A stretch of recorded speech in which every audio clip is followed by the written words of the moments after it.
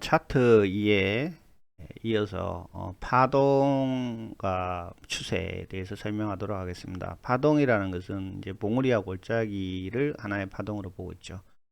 그 주가 차트가 지금 이런 모양이 있을 때 여기가 봉우리가 되고 이 아래가 골짜기가 되겠습니다. 그래서 이 주식은 지금 이렇게 한 파동 또 한 파동 한 파동 이렇게 파동을 그리고 있는데, 파동도 이제 큰 파동이 있고 그 큰 파동 안에서도 또 다시 또 중파동, 소파동은 나눠집니다. 그래서 보통 우리가 큰 파동은 한 1년 주기로 보고 있죠. 그래서 주가가 상승할 때는 이 골짜기들이 점점 높아지는 형태를 가지고 있습니다. 반대로 하락할 때는 이 봉우리가 점점 낮아지는 그런 형태를 갖고 있습니다. 그래서 저점이 꾸준히 상승하면은 상승 추세를 보인다, 이렇게 볼 수가 있어요. 그래서 이 저점을 선을 이렇게 이어 보면은 이 전체적인 주식이 이제 상승하는지 하락하는지를 알 수가 있습니다. 그리고 일반적으로 상승을 할 때는 3단계를 거쳐서 상승합니다.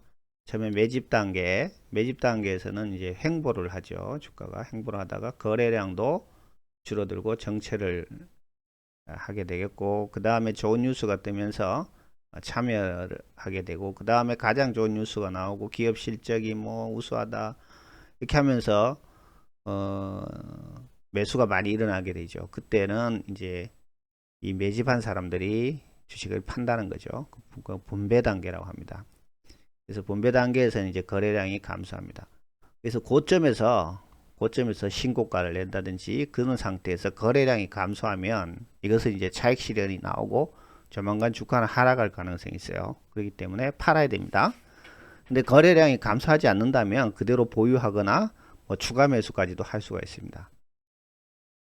그래서 우리가 이제 차트를 보고 어떤 추세의 변환점을 찾는 것이 이제 가장 중요한데요. 지금 이 차트를 보면 A 지점에서 고점을 만들고 B로 떨어졌다가 다시 C로 반등을 하는데, 이 C가 A점을 못 넘었어요. 못 넘게 되면은 새로운 추세가 출현하게 됩니다. 아니야 다를까 D로 이렇게 하락을 하게 되겠죠.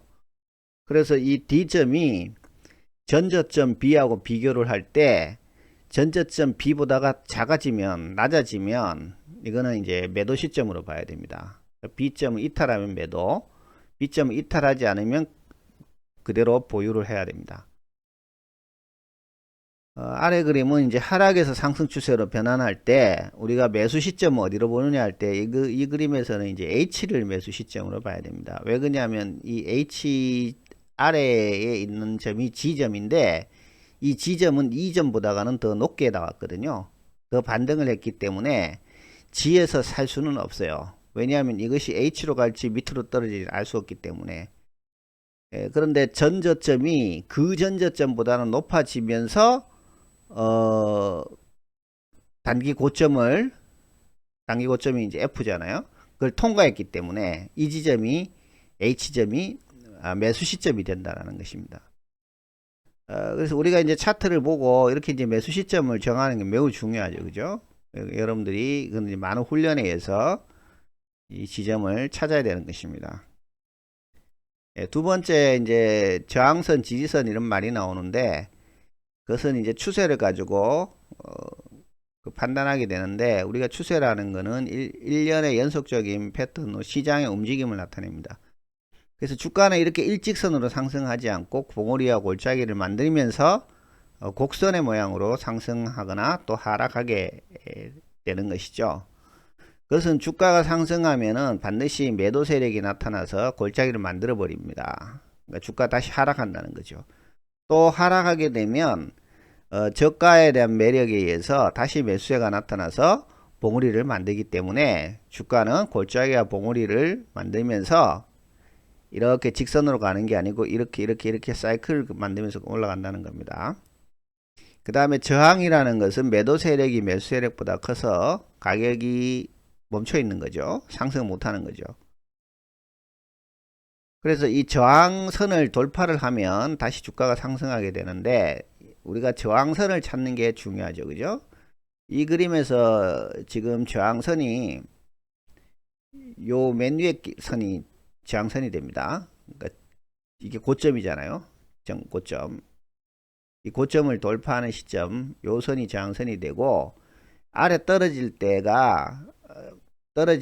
그거를 지지하는 선이 지지선이 되는데, 요 두 번째 선은 지지선이면서 저항선이죠. 그러니까 그 아래 주가를 보면은 저항선이 되는 것이고, 요 위에 주가를 보면 지지선이 되는 것입니다.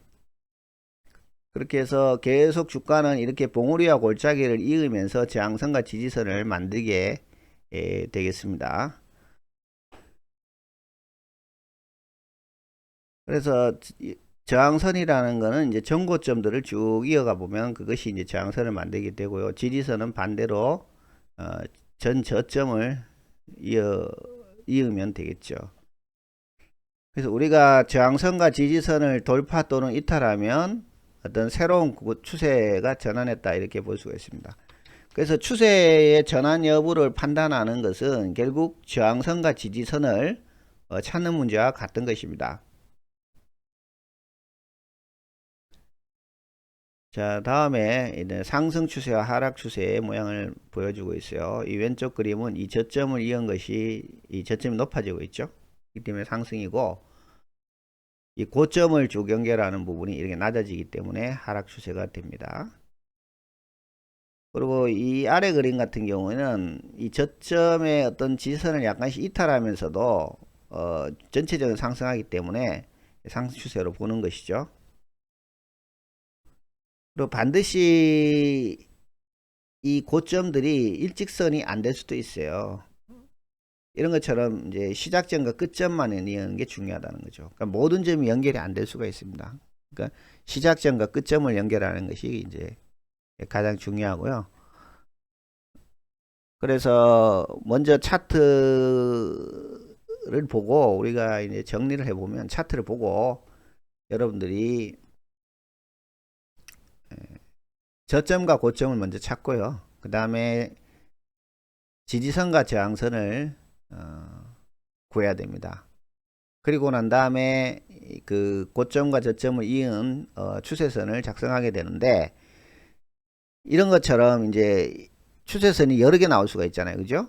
이렇게 연결할 수도 있고 또 여기서 이렇게 연결할 수도 있기 때문에 먼저 할 때는 이제 시작점 끝점을 연결하고 나머지 점들은 또 이렇게 연결해 봅니다. 그러고 나서 중간값을 취해서 새로운 추세선을 만들 수도 있어요. 그래서 추세선을 작성하는 것이 이제 매우 중요하다.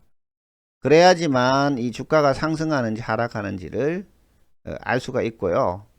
그리고 매수와 매도의 그 시점을 판단하는 것은 결국 저항선과 지지선을 찾는 문제다 라는 것이 되겠습니다.